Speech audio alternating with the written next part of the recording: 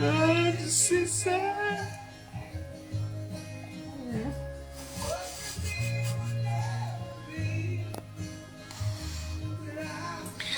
Ai. Vamos lá, bate-papo com o handibolista. Rai tá aí com a gente. Quem mais tá com a gente aí? 60. Putz, 60 bate-papo com o handibolista. Deixa eu ver. Eslo, grande Eslo, professor Eslo, que honra, que demais. Fica aí, pô. Fica com a gente aí, pô. Fica aí, que vai ser massa, hein? Deixa eu ver aqui só a nossa bate-papo com o handbolista. Ah, Ana aí, a Ana tá na área. Que demais. 67, meu Deus do céu. Vamos convidar a Ana pra entrar, meu Deus. Bora lá. Ai, acho que eu convidei você, Ana. Deixa eu ver se eu fiz certo. Bate-papo com o handbolista de número 67. É isso mesmo. Ana, te convidei ou não? Convidei. E aí, Ai, tranquilo? essa hora dá um aperto no coração se a gente fez certo. Tudo bem, Adriano? Como é que você tá? Tudo jóia, Ana? Tudo bem? Tudo. Show, vamos lá. Bora começar então? Vamos, vamos sim. Oficialmente, então, boa noite a todos. Sejam muito bem-vindos ao nosso bate-papo com o handbolista. E hoje um bate-papo super mega especial. Estamos com a Ana, fisioterapeuta do Pinheiros, da Seleção Brasileira de Futebol. Sensacional, Ana, você está aqui conosco hoje, essa noite. E nós temos aqui várias perguntas dos nossos amigos handbolistas, nossos alunos aqui. Mas antes eu queria agradecer, Ana, por você ter disponibilizado o seu tempo, que é o bem mais precioso que a gente tem, de estar aqui com a gente essa noite, batendo um papo, falando um pouquinho do seu trabalho, da sua carreira, da fisioterapia. E é um momento muito gratificante para todos nós, que a gente consegue compartilhar um pouquinho com a galera do handball aí em geral. Ana, mais uma vez, obrigado por ter compartilhado seu tempo conosco e obrigado por estar aqui com a gente. Imagina, é um prazer. Acho que sempre a gente do handball é um núcleo tão gostoso, né? Sempre que a gente pode estar compartilhando e estando em contato, é sempre melhor para todo mundo. Legal, que demais, Ana. Ana, conta pra gente como que é um pouquinho da sua rotina, quem é a Ana, tá aqui com a gente essa noite. Bom, eu sou formado em fisioterapia, né? Mas não aqui em São Paulo, sou de Brasília e me formando eu acabei vindo para São Paulo para fazer uma especialização no Unifesp. Lá eu acabei conhecendo o clássico Daniel Cubano, figurinha. Lá eu trabalhava bastante tanto com o futebol quanto com o handball. Então o ano de 2013 lá foi um ano em que tanto o handball estava muito... Se não me engano, foi uma das primeiras vezes que o juvenil chegou numa final de Paulista, inclusive na semifinal contra o Pinheiros. E o futebol do Centro Olímpico também foi um ano que estava com a Cristiane, estava com um time, a Debinha estava lá, estava com um time muito bom. E eu ficava acompanhando um pouquinho dos dois. E aí, finalizando lá a especialização, surgiu um convite do Cubano para ir para um acampamento. Eu fui para o acampamento com eles. Os acampamentos, na época, poxa, super, eram enormes, eram um pouco mais nacionais, né? A gente não tinha tanto essa regionalização. E aí lá acabei conhecendo as meninas do Pinheiros. Elas falaram que estava uma diminuição de físicos aqui. Acabei enviando meu currículo numa quinta, fui contratada na terça. Foi tudo bem rápido. E aí comecei nas categorias de base, comecei com vôlei também, né? Mas meu xodozinho era mais o handball, então acabei ficando. Fui ficando, tô aqui até hoje, né? Desde 2017 com o adulto, mas dando todo o suporte para a categoria de base também. E aí em 2020 entrei na Seleção Brasileira Sub-20, com o treinador que estava no Centro Olímpico também em 2013. Então, fiquei com a Sub-20 até 2023, que foi ano passado, finalzinho de 2023. E aí, ano passado, fui para a principal e estou com elas até então. Que demais, caramba, foi muito rápido a carreira, hein, Ana? Foi 10 aninhos, 10 aninhos. Gente, que demais. Ô, Ana, como que era em Brasília lá o handball, antes de você vir pra cá, você já tinha contato, você jogou na escola, como é que foi pra você os primeiros anos dentro da modalidade? Não, handball eu sempre joguei, né? Joguei na época de escola, joguei universitário, então tinha isso. Inclusive, se eu não me engano, foi 2008, que foi o primeiro brasileiro que eu fui. Eu era da categoria júnior, mas já estava na faculdade de fisioterapia. O Fabrício Roriz, que é do movimento handball lá de Brasília, queria uma mulher para acompanhá-lo. Ele também é físico. Ele falou: você não quer ir comigo? E aí lá, inclusive, eu brinco muito com a Carla, treinadora, porque foi o primeiro brasileiro dela. Eu falei: ah, tá vendo? Comecei junto com você, então. Uma diferença pequena de idade, mas de handball a gente está com a mesma época. Foi lá em Balneário. Então eu comecei a acompanhar desde o segundo semestre, terceiro semestre da faculdade. Durante a faculdade, eu trabalhei sempre com esporte, mas na época eu trabalhava na Confederação Brasileira de Vôlei, com o vôlei de praia. Então eu acompanhava os mundiais de vôlei de praia e as etapas do Circuito Banco do Brasil de vôlei de praia. Porque o handball em Brasília eu acho que continua muito parecido com como é hoje, né? No quesito do amadorismo, você tem muita gente jogando, bastante mesmo, muitas equipes. Tanto é que no Master sempre tem bastante equipe, sempre joga bastante, mas o desenvolvimento de profissionalização lá é muito baixo. É como, infelizmente, em muitos estados, né? A gente fica um pouco mais refém de clubes mais tradicionais, né? Não por região, porque a gente tem o português, que é um polo do handball no Nordeste. Mas a gente sabe que em alguns locais, né, não teve esse desenvolvimento tão grande até hoje. Então, continuo sempre no Brasileiro Júnior, agora do fim do ano, encontrei com o Emerson, que é um colega de Brasília, da Faro. E toda vez que eu pergunto, ele fala muito, mais ou menos do mesmo jeito. Então, assim, segue devagarzinho, mas eu acho que assim, a massificação do handball, isso é muito legal. Assim, por mais que tenham todos os problemas na esfera um pouquinho mais alta, caramba, a gente tem uma massificação escolar, a gente tem a parte do master, a não profissionalização do nosso esporte é muito grande, né? Exato.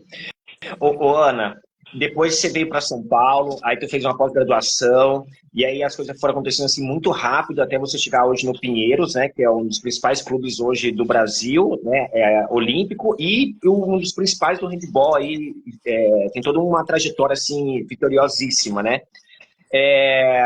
Como foi para você esses primeiros momentos no Pinheiros, que é uma equipe profissional, de tanta tradição, você que estava vindo de uma outra experiência, uma outra bagagem, como que foi para você chegar nesses primeiros momentos assim, no Pinheiros, uma equipe extremamente profissional e com uma visão, assim, toda uma estrutura de primeiro mundo, né? Sim, sim.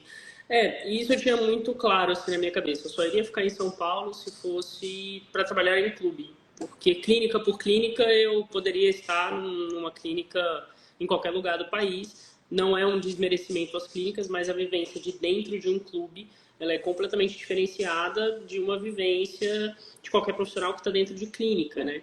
Então eu queria, inicialmente, até por ser muito nova, né, eu quero viver isso. Já vinha com isso da CBV e queria fomentar mais isso. Tanto é que na época mandei meu currículo tanto para cá quanto para Metodista. Então, e aqui inicialmente, primeiro era um grupo muito jovem de físicos que estavam entrando, mas com alguns físicos que já estavam algum tempo na casa, que foram uma referência profissional muito grande, assim, de ensinamento, de caminhos. Porém, o crescimento do handball feminino no Pinheiro se deu muito junto com a minha entrada, né? A equipe adulta feminina começou em 2014, né? 2013 ou 2014, se eu não me engano. Então, 2013, 14 e 15 foi assim, o próprio ano de 2016, que foi o primeiro título da Liga Nacional, foi o primeiro ano que a gente teve meninas de fato de nome contratadas, né? Que foi a primeira vez que a gente foi buscar atletas fora, que foi quando veio a Tainara, a Georgia, a Dani Joia. Foi quando a gente teve a primeira vez também de atletas saindo do clube. Né? Então, eu cresci um pouquinho, posso dizer que quase que junto, né, com o handball feminino. O handball masculino não, já estava aqui há bastante tempo, bastante fomentado. Eu vim da base também, então isso foi muito legal para o meu desenvolvimento profissional. Consegui aprender muito de entendimento de periodização, dos ciclos, do calendário, das especificidades. Até porque, é uma coisa que eu sempre digo, eu aprendo muito porque eles são muito abertos, mas o Maurício, a Carla, o Ronaldo, a comissão técnica do feminino troca muito. Nada é feito no treino sem que a gente não discuta e rediscuta e busque algo que possa aumentar, que possa melhorar, que possa ser melhor para nós, para o clube, para as meninas. Então, tem muito debate. Então, isso favorece muito o crescimento. Então, até chegar no adulto, participei de ida em praticamente todos os brasileiros de base, sul-americano, o próprio partilhe que a gente tenta ir bastante aqui com o clube. Então, isso tudo foi somando para, de fato, quando a gente chegar em 2016, ser campeão no adulto feminino, a minha maturação profissional já estava ocorrendo junto com a maturação da modalidade aqui no feminino. Só que nós somos um braço, né? Somos no mesmo clube e temos a sorte de ter tido toda a história do masculino, que muita coisa, os caminhos de como fazer, a metodologia de trabalho, né? Isso daí, o falecido careca Sérgio Hortelã sempre foi repassando muito isso, né? Então isso foi uma porta aberta, né, para o feminino, essa linha de trabalho, essa metodologia do Pinheiros no handball, não só no handball, mas em diversas modalidades, que é muito batida, mas ao mesmo tempo em constante renovação, né? Ô, Ana, tu tocou num ponto extremamente importante que a gente tem até um ponto aqui para discutir, que é essa questão do diálogo, do bate-papo, do trabalho integrado ali com a comissão técnica, né? Vivemos num momento que não são todas as equipes que têm ali um fisioterapeuta que faz parte da comissão técnica nos times de handball, né? No futebol isso é mais tranquilo, né? Faz parte ali é mais comum, né? Mas no handball ainda não. Então, eu queria que tu falasse para a galera entender um pouquinho mais, qual que é a importância e como que é o trabalho ali do dia a dia do fisioterapeuta integrado numa comissão técnica de handball. Aqui no clube a gente sempre teve essa possibilidade de bastante comunicação, né? Então, basicamente, todo fim barra começo de mês, sentamos todos, então treinador, auxiliar, preparador físico e eu, e a gente discute sobre o mês. Como vai ser o nosso mês? Em que momentos? A parte elas treinam todos os dias, inicialmente sempre na academia e na sequência quadra, 1h30, 2 horas cada um. Então, o que vai ser proposto? Se aqui volume, intensidade da parte física é a prioridade, pensando no macro, que é um calendário que oscila bastante, mas que a gente consegue ter uma noção para poder organizar, a gente tenta ir fazendo esses ajustes. Então, a gente já faz todo começo de mês essa periodização. Se no decorrer do mês a gente sente que, de repente, ou da semana, às vezes eu percebo que na quarta-feira, como eu sempre fico no treino, em quase todos os treinos, eu percebo uma quebra muito grande delas, em que o desgaste está maior, alguma coisa, a gente já rapidamente... A comunicação, né? Eu sempre falo assim, nós somos uma modalidade empobrecida, se comparado a grandes modalidades do nosso país, mas a gente tem que ter um bem principal, que é a comunicação, que é barata, não custa nada, hoje em dia um WhatsApp todo mundo tem, então, no meio da semana, se é necessário um ajuste, todos abertos a escutar, a ver, ou tanto para mais, ou tanto para menos. Pessoal, as meninas estão muito quebradas, vieram um volume e uma intensidade muito grande na física. Esse é o nosso esperado? Em alguns momentos da temporada vai ser. E aí, a minha parte vai ser o quê? Otimizar o processo de recuperação, né? Dar todo esse feedback de como estão. E aí a gente junta com a preparação física o elo de entender o seguinte, dentro de uma PSE, de um questionário de avaliação pós-exercício e de recuperação no dia seguinte, se ainda está dentro do que nós planejamos, se extrapolou ou se está abaixo, né? Em alguns momentos a gente coloca uma intensidade, um volume, e a gente vai falar, puta, dá para espremer mais um pouquinho, dá para sair um pouco mais de suco disso daí. Então, a gente não fica só dentro da parte clínica, assim, aqui dentro e choquinho e exercício. Eu acho que o principal hoje, tanto aqui quanto na seleção, eu acho que é o que é a fisioterapia esportiva, essa relação transdisciplinar, né? Que não é eu tô aqui, você tá aí, é de fato todos nós dentro do convívio. Então até às vezes durante o treino, um ou outro que está voltando de uma cirurgia, de um LCA, alguma coisa assim, eu consigo conversar com o Alex, Maurício, a fulana, ao invés de fazer 10 tiros de saída, vamos fazer com ela 5, vamos fazer com ela 4, vamos fazer com ela 12, se for necessário. Então a gente tem esses pequenos ajustes no dia a dia, assim, que aí volta no começo da conversa, que é a comunicação. A comunicação, se ela não existir, a gente pode ter os melhores profissionais, mas a chance de insucesso é muito maior se não houver.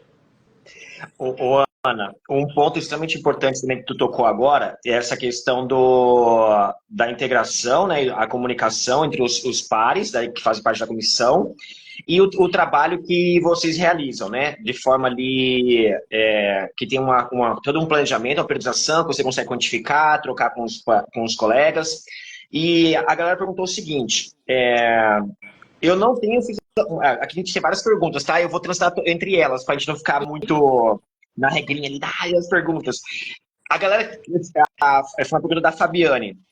A Fabiane falou assim, eu não tenho fisioterapeuta no meu clube, mas eu sempre acompanho os trabalhos dos fisioterapeutas e eu sempre vejo eles fazendo alguns exercícios que antecedem o treino.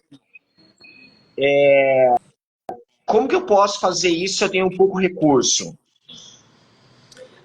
Hoje o que a gente saiu até um artigo agora em 2022 para 2023, mostrando que de fato a efetividade de prevenção de lesão no handball é muito, a aplicabilidade maior e com maior chance de sucesso é no período de aquecimento. Então, um aquecimento extremamente embasado em ajustes, né, de controle de gestos, pensando em, às vezes, um joelho valgo, que é o joelho para dentro, que é um fator predisponente, de repente, a uma lesão de LCA, mas a ativação de pré-treino, de pré-jogo, é de fato o que a literatura traz para nós que é o mais importante. Então, as ativações com mini-band, com mobilidade, uma coisa progressiva, né, em que eu consiga chegar. É extremamente importante que o fim de um aquecimento a gente esteja, por exemplo, dentro de uma zona cardíaca próxima ao que vai ser os 3 primeiros ataques do jogo. A gente tem que elevar esse nível cardíaco, então não adianta só ficar naquela corridinha mais ou menos, se a gente não elevar isso, a gente tem uma probabilidade maior de um estiramento muscular, de algo que interfira mais no decorrer do jogo. Então, hoje existe uma série de cartilhas, tem uma cartilha, inclusive, específica de ombro para handbolista, que ela se eu não me engano, foi a Noruega que criou, a Universidade de Oslo, que é uma das universidades que mais estuda sobre prevenção de lesão. E ela tem uma cartilha com vários exercícios, tem um aplicativo do COI, em que você consegue selecionar a sua modalidade, e lá tem diversos exercícios disponíveis de salto, aí tem de handball, com bola, para você brincar um pouquinho com o ombro. Então, assim, se não tem a disponibilidade de ter alguém que te auxilie nisso, né, de passar essa informação, hoje em dia tem materiais disponíveis. Lógico, quando tem um profissional do seu lado, é a mesma coisa de uma preparação física. Se você tem alguém que vai especificar algo para você, é sempre mais vantajoso, mas a gente sabe que isso no Brasil e na nossa modalidade é raro, super raro, né?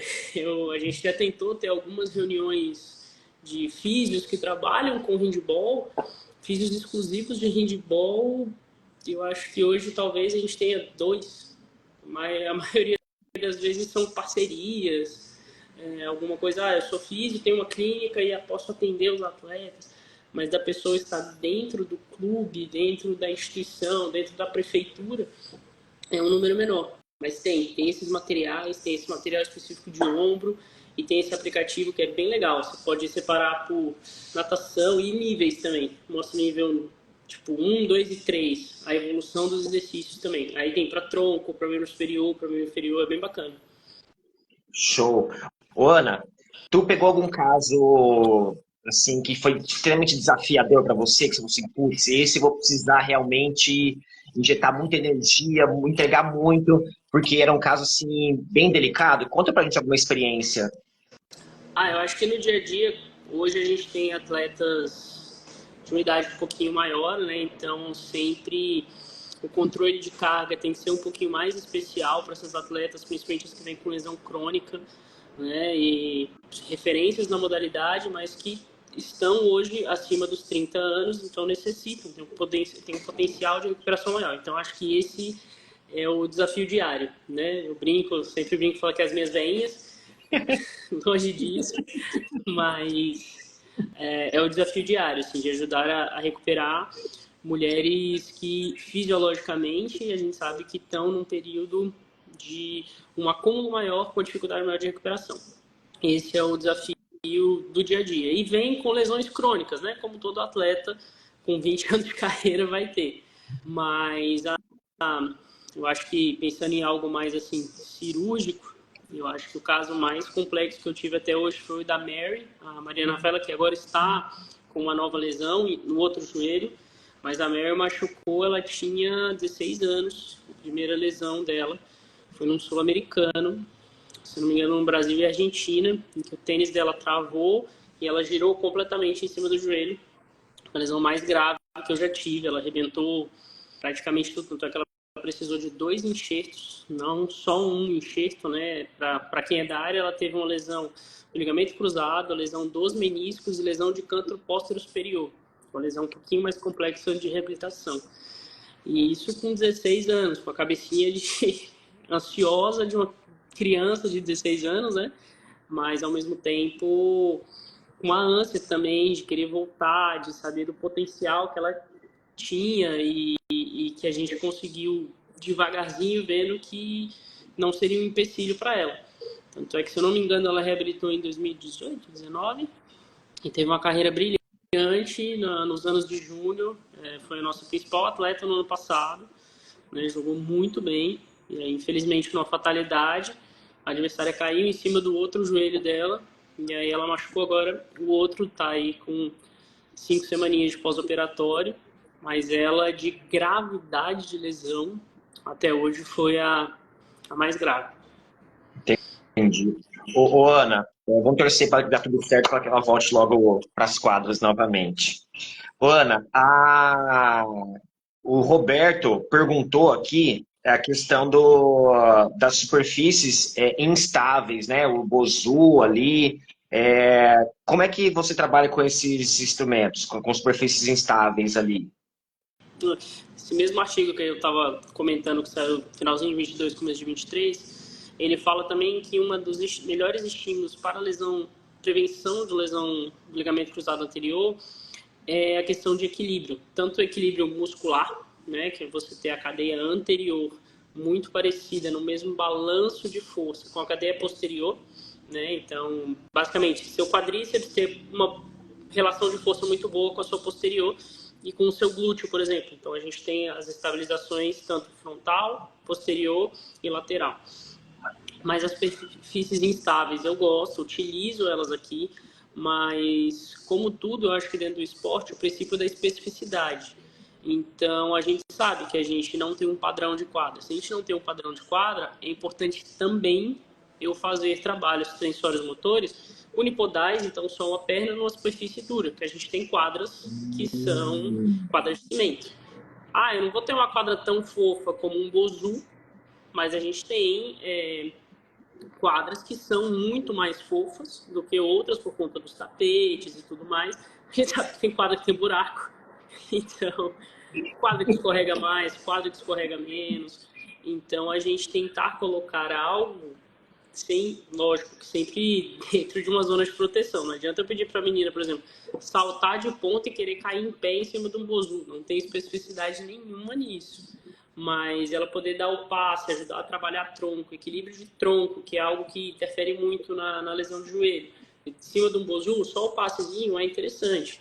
Então, é válido, mas como tudo, a gente analisando, vendo muito bem em que momento da temporada também, no momento pós-treino, com todo mundo fadigado. Então, são várias vertentes, mas é uma ferramenta útil. Sabendo usar, todas são muito válidas. Que massa. Ô, Ana, fala pra gente se tu bate uma bolinha com a galera na quadra. Não passo essa vergonha. Não passo, não. Não bate nenhum aquecimentozinho ali com passe? Devolvo com as 2 mãos, que é para não ter erro de ir pro lado. Que demais. Ô, Ana, me conta aí uma competição que tu foi e tu falou assim, putz, essa competição aqui a energia tá alta, a vibração tá muito boa, a gente tá caminhando assim para fazer uma competição incrível, tá todo mundo sincronizado assim. Conta pra gente alguma experiência nesse sentido. Acho que eu posso citar duas, uma com a base e uma com o adulto, assim. Na base, teve um sul-americano, se não me engano, em 2019, um Brasil e Paraguai, que a gente empatou no finalzinho, classificou para a final, com a Carla, assim, sendo fantástica ali no fim de jogo, sendo decisiva ali em orientar a menina aonde um contra um, aonde fazer, e na sequência, se eu não me engano, era a Rayane, a goleira, fazendo uma defesa muito, assim, absurda, assim, pontinha de pé, queda de esquadro, muito, muito legal. Com o ginásio lotado e toda a Argentina, foi lá na Argentina, toda a Argentina torcendo contra a gente. Então esse foi bem gostoso, assim. E no adulto, sem dúvida nenhuma, o PAN de clubes do ano passado, assim, disputar a responsabilidade de disputar algo em casa, que sempre é uma responsabilidade muito grande. A gente vinha numa autocobrança para os meninos não terem chegado na final, né? Então a gente veio com o peso dessa responsabilidade, não é uma responsabilidade que tinha do clube, mas a gente se cobra, né? Poxa, a festa tá tão bonita, tá tudo tão legal, a gente busca isso e é muito gostoso jogar em casa, né? E assim, uma coisa que não acontece muito, infelizmente, atualmente, é o ginásio lotado.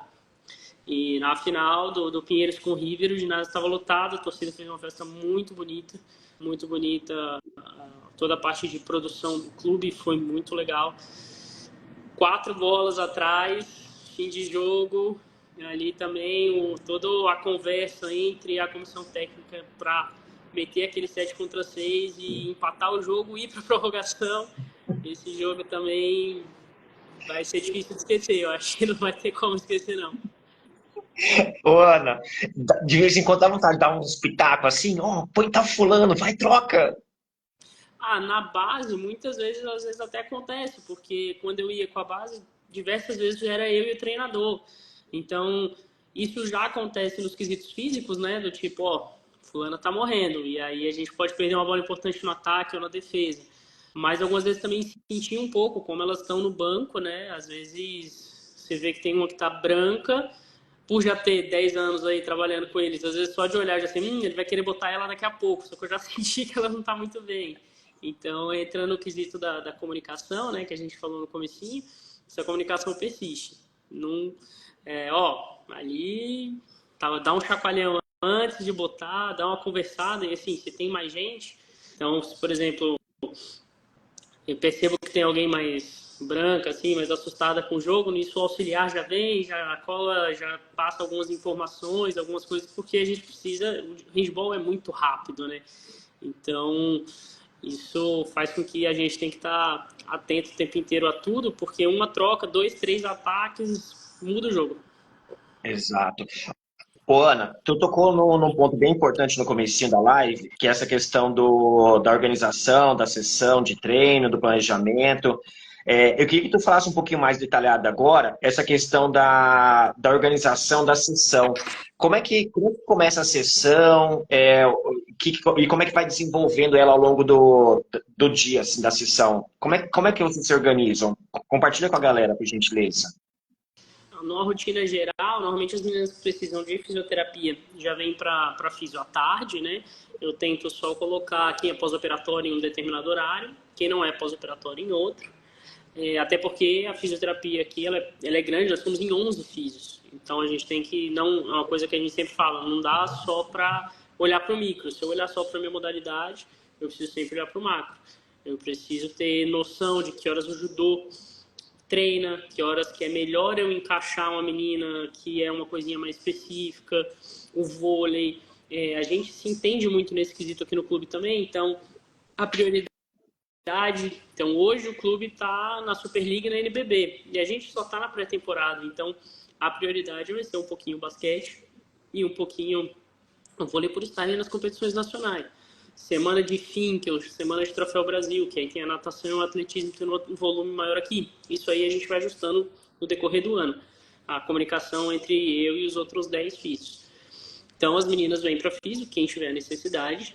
Na sequência elas vão para academia. Normalmente na academia o Lorenzo, como o Claudião anteriormente, a gente já faz um programa de aquecimento preventivo junto dentro da preparação física. Então já faz parte, para que não se perca tempo tendo que aquecer a menina, então ela já tem um aquecimento específico, algo com bastante propriocepção, elástico, mobilidade, algo já específico para o início do trabalho de força, né? Que a gente faz o trabalho de força a maior parte do ano, entrando em potência só em alguns momentos, mas então elas fazem o trabalho, então elas já descem para a quadra, elas têm ali coisa de 15, 20 minutos no máximo, que aí é só a questão da nutrição, que aí é um pouquinho, a gente deixa esse timezinho para elas poderem comer. Então, normalmente a Bia, que é a nossa Nutri, já passa os alimentos de absorção mais rápida, né? Os carboidratos mais simples, para elas já virem comendo. Então, tem 15, 20 minutinhos, tempinho basicamente de bandagem comer e começa na quadra. Em alguns momentos da temporada, a gente não tem esse treino físico pré-quadro. Quando não tem, que a gente vê que de repente dá uma quebra na quarta-feira, por exemplo, potencializa o treino físico de segunda e terça, de quinta e sexta. Nesses dias, muitas vezes, elas começam comigo. Então, eu faço um trabalho de mobilidade, um aquecimento, alguma coisa comigo na quadra, ou algumas vezes o próprio preparador físico passa um estímulo levando os halteres, o material para a quadra para dar essa aquecida. E em alguns momentos, os próprios treinadores optam por colocar alguma coisa lúdica, para dar uma quebrada na rotina no decorrer do ano. Então, de vez em quando, tem o famoso futebol júnior contra adulto, que é um show de horror. Elas são muito, é impressionante.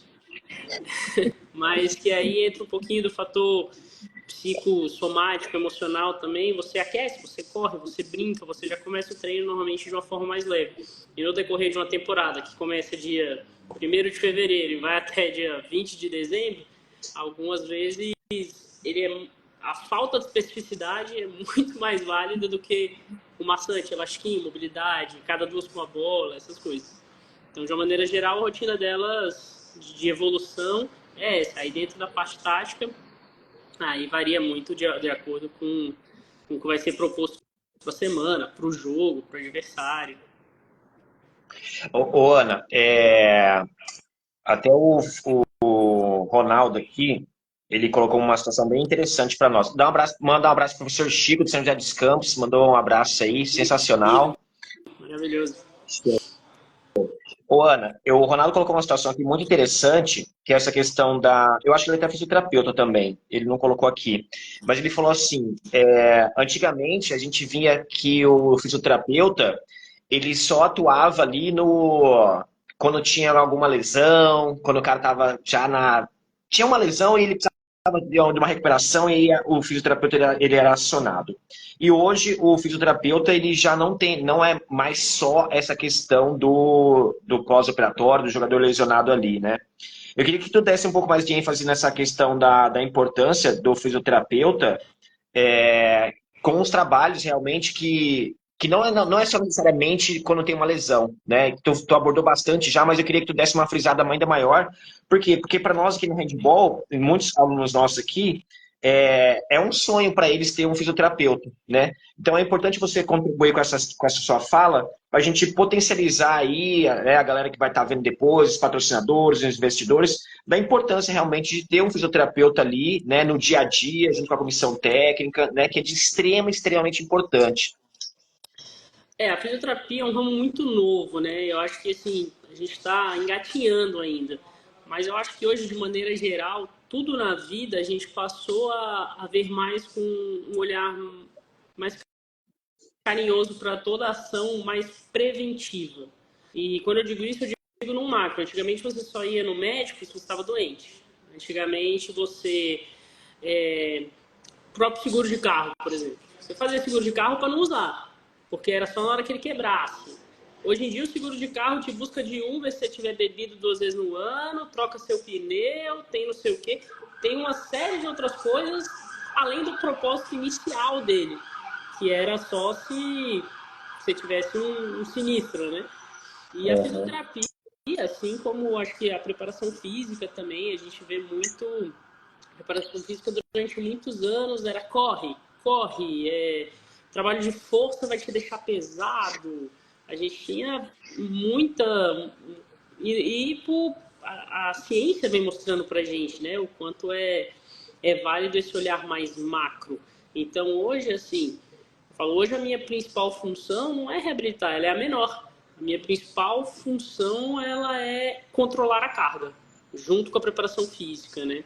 Tanto aqui quanto no futebol, a gente... Porque o controlar a carga, muita gente fala, é prevenir, mas o controlar a carga é prevenir.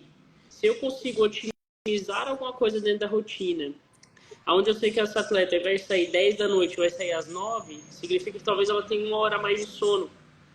E na realidade da nossa modalidade, vai ser de repente um ônibus mais cedo que ela consegue pegar, consegue sentada, por exemplo, no ônibus. Tipo, isso tudo no decorrer de uma temporada, quando você olha para o macro, faz diferença.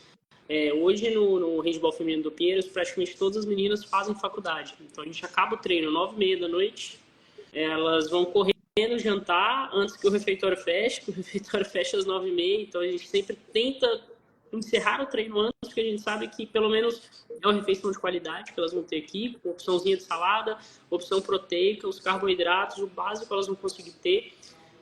É porque elas precisam disso? Não, é porque talvez ter isso vai fazer com que ela chegue em casa e não precise cozinhar, lavar uma louça e terminar indo dormir 1h30, 2 horas depois do que ela pode dormir. Então, esses pequenos ajustes que a gente faz, a gente ajustou o horário do treino para que elas pudessem ter isso. Faz uma diferença pensando em atleta. E na nossa realidade, da nossa modalidade, eu posso dizer que das 20, talvez umas 5 só peguem o carro e vão para casa. O resto vai de transporte público. Então, isso faz a diferença. Então, o que a fisioterapia tem a ver com isso? Tudo. Porque se ela não dorme, ela não recupera.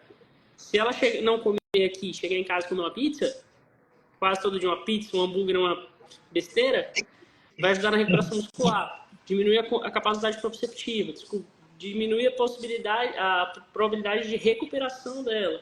E aí, uma hora ela vai chegar aqui para mim. Então, eu saber dela, se ela está conseguindo dormir, está conseguindo comer, ciclo menstrual. A gente conversou bastante, eu tive uma reunião ontem com a nutricionista, a gente falando sobre avaliar melhor esse ciclo menstrual delas. Hoje, o COB está implementando uma linha de profissionais, foi a reunião até na semana passada, só para estudarem e monitorarem mulheres atletas dentro do COB. Que legal. Então, hoje, não adianta, a gente tem que olhar para os detalhes. A gente tem atleta que é mãe.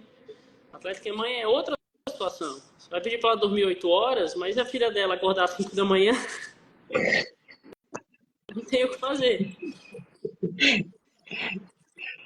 Entendi. Então, esse olhar Ana, mais humano também, né? exato. E me fala um pouquinho como que é a sua rotina no clube. Que hora que tu chega, que hora que tu almoça, tu dá uma treinada aí, como é que é o seu dia, especificamente? Eu tenho a vantagem de ter uma flexibilidade de horário, né? De uma certa forma, então depende dos horários dos treinos. Normalmente a gente só treina no período da tarde barra noite, então de manhã há uns 2 aninhos, fim do ano passado, começo do ano passado mais ou menos, eu deixei as manhãs mais para mim, né? Porque a gente estava... Então de manhã eu consigo monitorar as meninas do futebol no que eu precisar monitorar, ler, estudar um pouquinho, ir para academia, fazer tudo isso, ter o momento sem ser da Ana Físio, que eu falo que Físio vira sobrenome, né? Ana Físio virou nome e sobrenome. Então, vira um momento, um ou outro paciente particular, que de vez em quando, às vezes é uma ex-atleta, termina que sempre fica no âmbito do handball. Um ex-diretor de handball aqui do Pinheiro, um ex-atleta. Então, mas nada muito engessado, como se eu tivesse que ir para uma clínica ou para qualquer outro lugar. Eu venho para o Pinheiros, logo depois do almoço, almoço por aqui mesmo. Aí começo com os atendimentos, monitoramento também da categoria de base, vejo como tá, uma reuniãozinha ou outra ali para a gente ajustar como é que tá a base, saiu alguma coisa de calendário, não saiu, mudou data de brasileiro, mudou lugar, esses ajustes aí que a gente vai tendo. E aí começo a atender por volta de 2h30, 3 horas, vai até umas 7, que aí 6h30, né, que é o horário que elas entram na academia. no horário que elas estão na academia, quando é possível, eu estou na academia com elas também. Senão, eu fico fazendo toda a parte do prontuário eletrônico, né? Por uma questão legal, a gente tem todo o prontuário, com todos os atendimentos, com tudo que elas passam. É um momento também que eu faço um relatório de fim de dia para compartilhar com a comissão técnica. Então, fulana terminou o treino ontem com a dorzinha nas costas, passou na fisio, hoje já está melhor. Beltrana está gripada. Olhar um pouquinho como é que está a PSE, conversar um pouquinho ali com o preparador pré-treino físico, né? Treino físico, bandagens, que aí ou elas vêm aqui na fisio, ou a gente faz ali na beira da quadra mesmo, e o treino. Acabando o treino, se tem alguma coisa de recover, como a crio, imersão no gelo, alguma coisa, a gente monta por lá.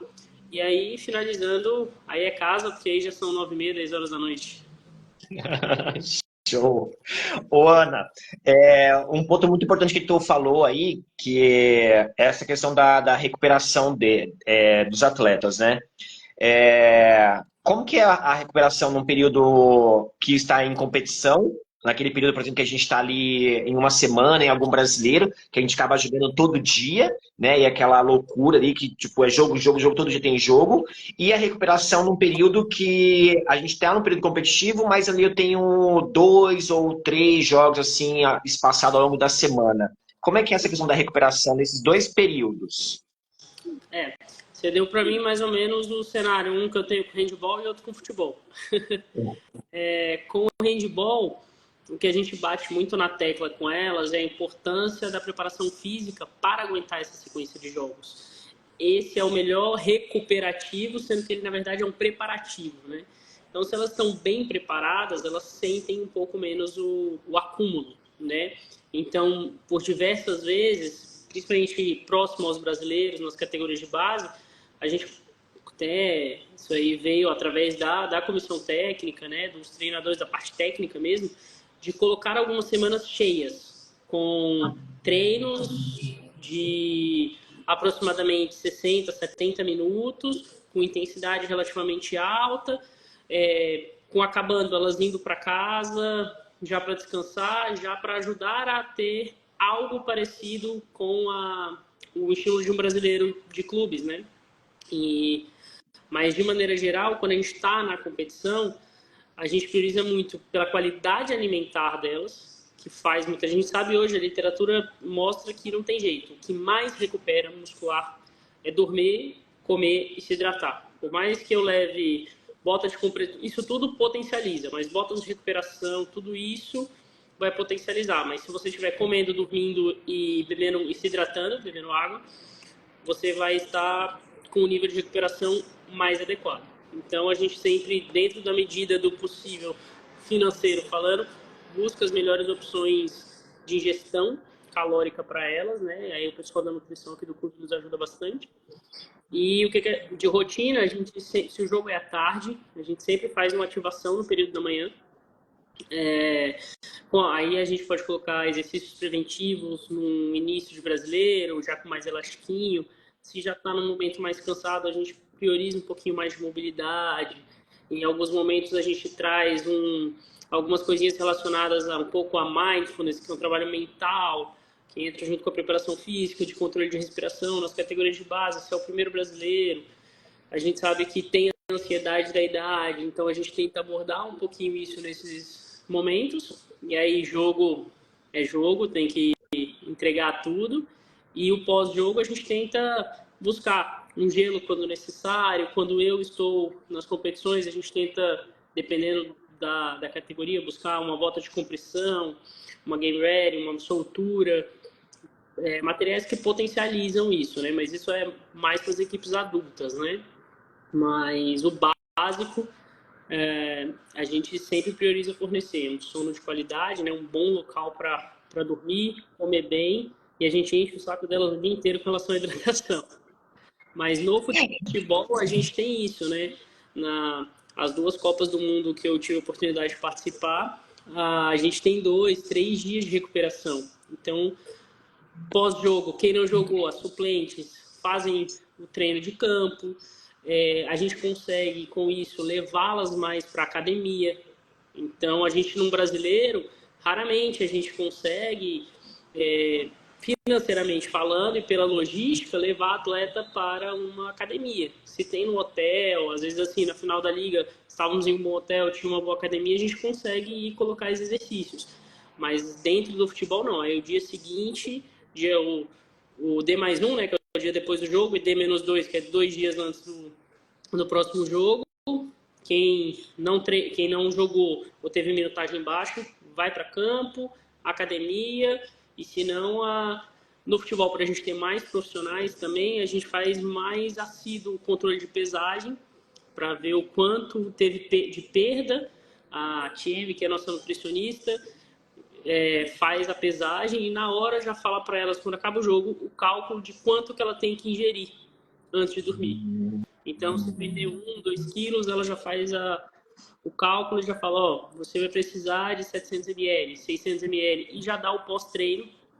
Então, elas chegam, já tem o whey, já tem a creatina, às vezes o açaí batido, que elas é muito palatável, né? Então, elas conseguem comer bem. E isso tudo faz com que no dia seguinte tá todo mundo bem melhor muscularmente falando, recuperado, né? Entendi. Ô, Ana, vamos fazer um bate-bola em relação ao handebol e ao futebol. Tu tá na seleção brasileira de futebol. Conta um pouquinho pra gente como tá sendo essa experiência. Tu mudou de categoria agora, né? Tá na principal, é isso mesmo? Isso mesmo. Conta pra gente como é que tá sendo lá, como que é. Sem dúvida nenhuma, experiência muito bacana, né? Por ser uma modalidade de... Eu já tinha trabalhado com futebol, mas assim, o futebol tem suas peculiaridades. Mas, ao mesmo tempo, o que eu posso dizer que torna o meu trabalho diferenciado dentro do futebol é a bagagem que o handebol me traz. Muitas vezes esse pensamento rápido. O tempo que eu corro para chegar na menina do futebol, eu já consegui pensar em todas as possibilidades de lesão, que tipo de bandagem dá para fazer, que tipo de bandagem não dá. Enquanto no handball a menina cai do meu lado, você já vai ficar na minha orelha mandando eu tirar ela logo, eu vou ter 2 ataques para tirar, tem que fazer, tem que botar e corre e volta, e teve 2 minutos, não teve, volta, não volta. Então, essa agilidade do handball deixa a gente mais acelerado, então, um acelerado positivo, a gente já consegue pensar em todas as possibilidades de ação. Então, isso é uma coisa que é muito fantástica. Fora que, eu sempre brinco aqui, eu falo que aqui no clube, os 2 físios que têm um leque maior de experiência em termos de lesão é o handball e o judô, porque machuca tudo. Machuca do pé a cabeça. Então, você pega uma natação, você vai ter um pouco mais ombro e sobrecarga, coluna, o vôlei, um pouco mais entorse de tornozelo, a ginástica, muito mais sobrecarga do que trauma.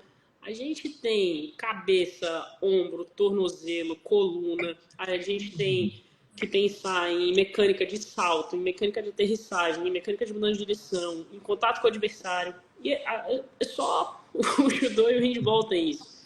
Então, isso nos deixa com uma bagagem de um leque de tudo. Fratura de nariz, fratura de face, abre um corte e eu tenho 2 ataques e estanca logo. Vamos, a Lívia Ventura abriu no primeira defesa da final do Punch Clubs. Ela tomou uma dentada, a menina bateu o dente aqui no primeiro, assim, 10 segundos de jogo.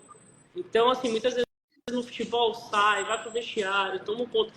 É o padrão, digamos que melhor, né? Você já volta com ponto, já faz tudo. Mas no handball passa uma vaselina, põe um kinésio por cima, que é para não vazar, que é para vocês encherem meu saco e faz tudo mais rápido. Eu acho que esse complemento, eu acho que as duas se complementam muito, assim, o handball e o futebol. Fora que 80% das meninas do futebol, quando você chega lá, nossa, adoro handball, nossa, jogava na escola. A Marta foi goleira de handball. Quando ela soube, nossa, que legal, já joguei, avisa lá que eu já joguei. Legal. Ô, Ana, tu falou um negócio que eu achei muito engraçado aqui, que é verdade. O nome, ninguém chama de Ana Romancini, né? Tipo, é Ana Físio. Vira sobrenome, né? Exatamente. Ai, eu achei incrível, é verdade. Eu tô reparando aqui, todos os meus amigos que são fisioterapeuta, tipo, Gustavo, o Gustavo Físio, o Roberto Físio, a Maria, a Físio, é tudo Físio. E a Sofia, perde o seu lado pessoal e só fica o profissional. Ô, Ana, um ponto extremamente, mais um ponto que o pessoal perguntou aqui. Que eu não posso, eu vou jogar handball, eu vou treinar, o que eu tenho que fazer antes do meu aquecimento com bola? Não posso deixar de fazer, é obrigatório, é lei, tá sacramentado, eu tenho que fazer no meu aquecimento. Ah, cara, eu acho que não tem uma receita de bolo, assim, porque igual eu falei, a nossa modalidade, você pode fazer um monte de coisa. A Mariana, esse último ano, ela era o nosso maior exemplo. Fisicamente, fazia tudo, o adversário vem, cai em cima de você e você vai fazer o quê? Porque é o contato, né? Então, é muito difícil falar, é isso. Infelizmente, a gente não tem essa receita de bolo. Mas eu acho que prevalecer essas questões de manutenção das mobilidades articulares, as ativações das musculaturas específicas, como o glúteo médio para ajudar a estabilizar o joelho, o elastiquinho no tornozelo para ajudar a estabilizar o tornozelo, um aquecimento de ombro com elastiquinho, a estabilização de tronco com as pranchinhas. Pensando um pouquinho nessa divisão, tipo, vamos lá, uma coisinha para tornozelo, uma coisinha para joelho, uma coisinha para tronco, uma coisinha para ombro, isso tudo é válido. Mas quer dizer assim, Ana, se eu fizer isso, é o que eu sempre falo, toda palestra de começo de ano aqui para molecada, quer dizer que se eu fizer tudo isso eu não vou machucar? Não. Mas quer dizer que se você machucar, talvez você consiga, ao invés de ficar 20 dias no entorse de tornozelo, talvez você fique 15. Se for uma lesão muito grande, com vários ligamentos, talvez só vai ser talvez vai ser só um estiramento. A gente tenta minimizar a gravidade. A possibilidade de machucar, infelizmente, a partir do momento que a gente pisa na quadra, ela vai existir. Na quadra, no campo, no tatame, na água, em qualquer lugar, né? Então ela vai existir. Eu acho que a nossa principal função é nos preparar, tipo, para uma guerra. Então eu vou precisar mexer no tornozelo, mexer no joelho, mexer, porque eu uso tudo isso. Eu acho que esse é o principal. Ana, e um outro ponto que o pessoal perguntou aqui também foi o Felipe. Em relação massagem, pós-jogo, alongamento, isso vai me ajudar ali na recuperação? A flexibilidade, ela acho que eternamente discutida, né? Antigamente fazia rodinha, cada um contava 10 segundos e se alongava. Hoje em dia você já não vê tanto. Mas a manutenção da flexibilidade, ela é importante. A gente tem tendinopatia patelar crônica, né? Então, o tendão patelar, que é aquela dorzinha na frente do joelho, de forma crônica, às vezes por um encurtamento da posterior. Isso pode ocorrer, porque você desalinha um pouquinho o eixo do joelho e aí tem uma sobrecarga maior em cima daquele tendão. Mas, principalmente o alongamento pós-jogo, ele pode te ajudar muito no relaxamento. Então, 80% dos nossos jogos aqui em São Paulo, eles ocorrem às 8 da noite. Então, se você consegue, por exemplo, fazer um alongamento, aí aqui no clube a gente muitas vezes coloca piscina de gelo, mas se é num hotel, a menina chega, dá uma boa alongada, toma um banho, você consegue desacelerar corpo e mente e facilitar a indução do sono. Então isso vai te ajudar a dormir melhor e automaticamente recuperar melhor. Massagem é super válida, né? A massagem tem um feedback pessoal muito grande. Mas tem atletas que não sentem bem. A própria Marta é uma que não gosta de massagem. Ela só faz massagem em pé e mão. Né? E tá aí com 38 anos jogando futebol. Tem atleta que não se sente bem. Então, eu não... Nenhuma das minhas equipes, em nenhum das competições que eu nunca obrigo essas questões que eu acho que são pontuais. Então, gelo eu deixo muito... a imersão no gelo dá o que o atleta sente bem. Agora, algumas coisas a gente não abre mão. A hidratação, a alimentação e o sono, isso é imprescindível. Mas o gelo, Ana, eu tô com uma dor no joelho, eu vou fazer o gelo só no meu joelho porque eu não me sinto bem na piscina de gelo. Ok. Isso aí a gente, cada um, principalmente na categoria de base, a gente ensina mais. Mas nos adultos, a gente parte do princípio que você já conhece seu corpo melhor do que eu. Se você me falar que você dormir mais cedo, que você fazer uma massagem, que você alongar, que você fazer uma botinha, você vai se sentir melhor do que a piscina de gelo, não tem problema algum. A gente, pelo contrário, a gente preza por essa educação, né, de autoconhecimento, conhecimento do próprio corpo, entender como que cada corpo reage. E a gente oferece, a gente brinca muito na seleção, que é um cardápio de recovery. Então você tem as botas, você tem uma série de coisas que você pode usufruir delas. E aí no futebol, como muitas vezes você tem 2, 3 dias, a gente pode utilizar de cada dia uma sessão para te ajudar a recuperar. No handball que a gente não tem, algumas vezes a gente faz um pacotão de sai do gelo, vai comer, vai dormir, faz massagem no dia seguinte, usa a bota para potencializar. Porque a gente tem muitas vezes menos de 24 horas, né? Ah, entendi, entendi. Ana,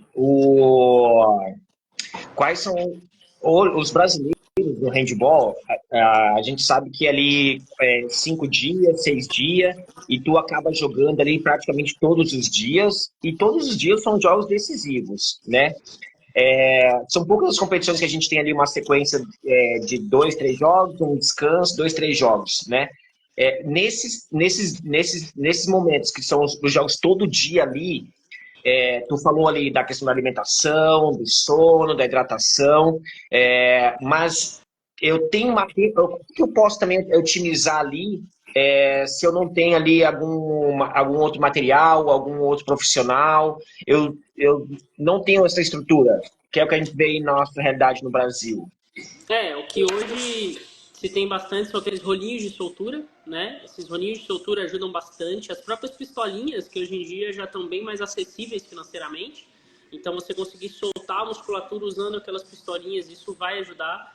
Ah, não tenho possibilidade de ter uma piscina para gelo. As bolsas de gelo nas locais mais pontuais. Então, estou sentindo um desconfortinho na panturrilha.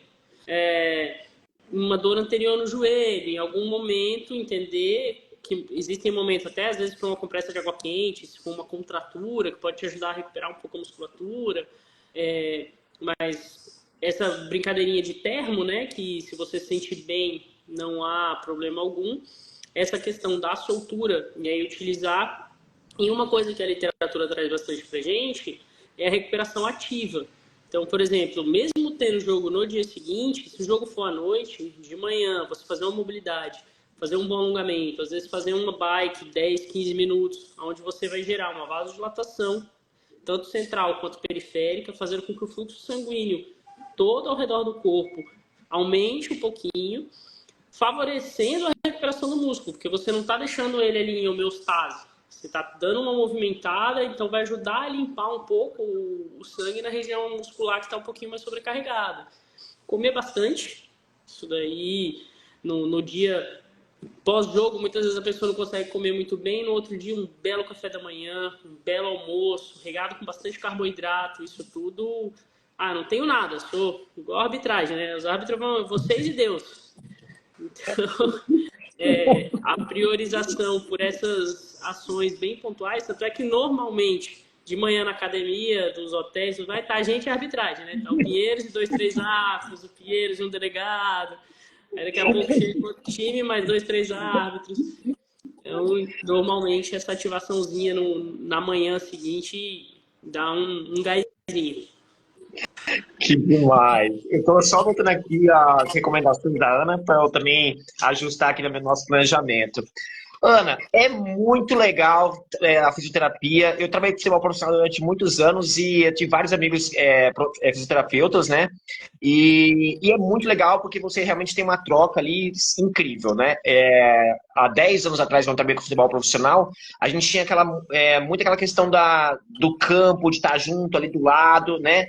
E no handball a gente vê que ainda não tem todos os clubes que tem o fisioterapeuta ainda é um artigo de luxo, né? Para a maioria dos clubes. Mas é muito importante a gente ter esse espaço aqui, esse momento, para a gente conscientizar as pessoas que o fisioterapeuta não é mais um artigo de luxo, né? É um artigo, obrigatório, é um profissional obrigatório, extremamente importante dentro de qualquer modalidade, né? E no nosso caso aqui, o handball, é extremamente importante que a gente incentive as pessoas a trazerem o fisioterapeuta para a quadra, a trazer o fisioterapeuta para as comissões técnicas, né? E aí todo o trabalho fica muito rico, mais completo, né? Estamos chegando à reta final aqui, Ana. Eu queria que você deixasse uma mensagem para a galera que está vendo a nossa live, que vai ver depois. E queria te agradecer também do fundo do coração por você ter compartilhado o seu tempo, que é o bem mais precioso que a gente tem. E estamos aqui conversando, foi incrível, dei bastante risada. Eu não sabia que seu nome era Físio, achei que era Roma, né? E agora, E eu me diverti demais, né? Queria que você deixasse uma mensagem pra gente aí. Obrigado, viu? Do fundo do coração por ter compartilhado o seu tempo, que é o bem mais precioso. Eu amei, foi demais. Imagina, eu que agradeço, foi muito legal. Eu acho que assim, a mensagem que fica é a gente que gosta de handball, a gente, cara, a gente tem que mais somar mesmo, né? Somar, independente de clubes, de instituições, de estados. Eu acho que a união principal é o handball, né? Então, não é porque, isso eu sempre falo, não é porque a atleta está aqui no Pinheiros, ela não é minha, ela é do handball. Então, se machuca um atleta de Araraquara, do português, a gente sente porque a gente sabe como hoje o nosso cenário está e é menos um atleta por esse período para estar à disposição do handball. Então, que a gente puder trabalhar para somar em prol das atletas, da preparação, da nossa melhoria da modalidade, para que a gente possa viver, sim, um bicampeonato mundial, né? Uma chegada épica aí numa final de Olimpíada. Então, o que a gente pode fazer? Ah, mas eu não estou em confederação, mas se eu puder orientar duas, três atletas, porque a gente sabe que, assim, massa a gente tem, atletas à disposição, pessoas que gostam da modalidade, a gente tem. A gente talvez falta um pouquinho, todo mundo parar de olhar só um pouquinho para baixo, olhar um pouquinho mais para o horizonte e ver o handball como algo que, se todo mundo que gosta conseguir olhar um pouquinho para o lado, ajudar quem está do lado, ajudar o handball a crescer, a gente vai ganhar. Porque a gente vai aprender, porque a modalidade vai crescer, porque o incentivo vai vir. A gente transformar isso num produto, eu enquanto empresária, eu não sou empresária, então eu não consigo dar dinheiro para o handball. Qual a ferramenta que eu tenho na minha mão hoje? Talvez ensinar duas, três atletas sobre exercício preventivo para que elas estejam daqui a 5, 10 anos bem e à disposição da seleção brasileira. Ou conseguindo jogar um Master, ver as competições Master cada vez maiores. Né? Eu acho que isso é o principal. A gente pode somar muita força dentro do handball, mas todo mundo se olhando sem ver um uniforme, sem ver um estado, sem ver um local, mas se vendo como um handballista, né? Alguém que gosta da modalidade. Que demais, sensacional. Bate-papo com o handbolista Ana Romancini, não fiz, Ana Romancini com a gente essa noite. Ana, gratidão, foi incrível, obrigado. Imagina. Depois a galera vai estar assistindo também aí. E vai, galera que não está seguindo a Ana ainda, vai lá, segue ela, acompanha lá o dia a dia da Ana, que é sensacional. Ana, obrigado, viu, do fundo do coração. Ótima semana e uma ótima temporada. Obrigada para nós, que seja um ano incrível para todo mundo, com muito handball. É isso aí. Valeu, Ana. Obrigado. Valeu. Tchau, galera. Valeu.